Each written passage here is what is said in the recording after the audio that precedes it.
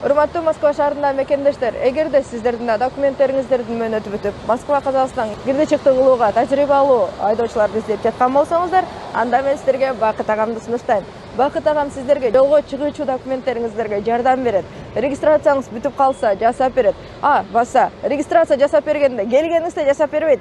Жолдо ошо границага жеткенге чейин бир күндүк регистрация жасап берип, жолдон сиздерди жакшы алып барып алып келет. Андыктан Москва Казакстан кирди чыкты кылам десеңиздер, анда Бакыт агама кайрылыңыздар.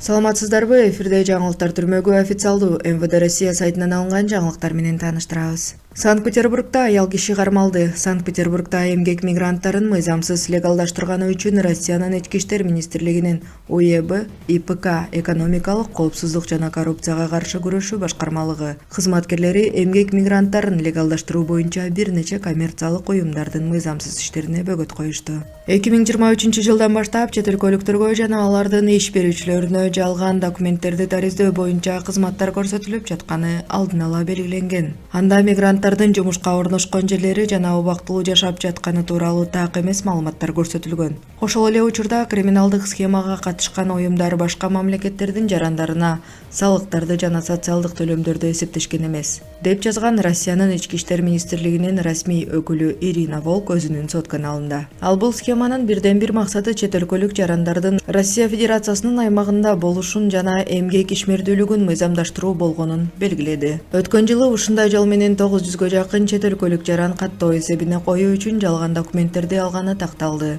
Мыйзамсыз бүтүмдүн суммасы 35-40 миң рубльду түзгөн. Кылмыш иши Кылмыш жаза кодексинин 2-беренесинин 322 биринчи бөлүгү жасалма документтерди колдонуу менен алдын ала макулдашуу боюнча адамдардын тобу тарабынан жасалган чет өлкөлүк жарандардын же жарандыгы жок адамдардын Россия Федерациясына мыйзамсыз кирүүсүн же болуусун уюштуруу боюнча ачылган. Мыйзамсыз миграцияны уюштурган деп шектелген жаран кармалды. Ага карата айрым аракеттерге тыюу салуу боюнча процессуалдык мажбурлоо чарасы тандалган, деп кошумчалады Волк. Милиция бөлүмүнө жеткирилген дагы 16 адам криминалдык схемага тиешеси бар жогу текшерилет. Владимир Путин КМШ өлкөлөрүнүн адистерин Орусияга көчүрүүнү колдоого чакырды.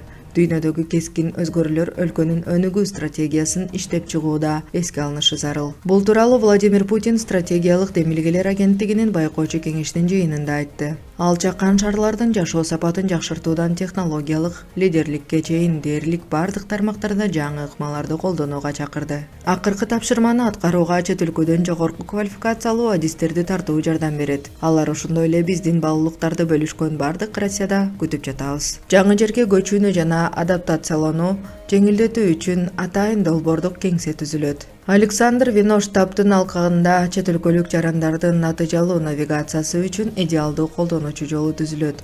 Ошондой эле социалдык маданий интеграция процессинде импатриантты коштоонун аймактык стандарты иштелип чыгат жана киргизилет. 1000 чет өлкөлүк үй-бүлө 2030 жылга чейин импатриация программасы боюнча Россия Федерациясына көчүп кетишет. Ал эми чет өлкөлүк жарандардын бул процедурадан өтүүсүнө канааттануу деңгээлди 80% төмөн эмес. Владимир Путин, сиз алыскы чет өлкөлөрдөн бизге керектүү адистердин Орусияга көчүүсүнө шарт түзүлгөнүн айттыңыз жана абдан туура. Ошондуктан сиз муну уланта беришиңиз керек.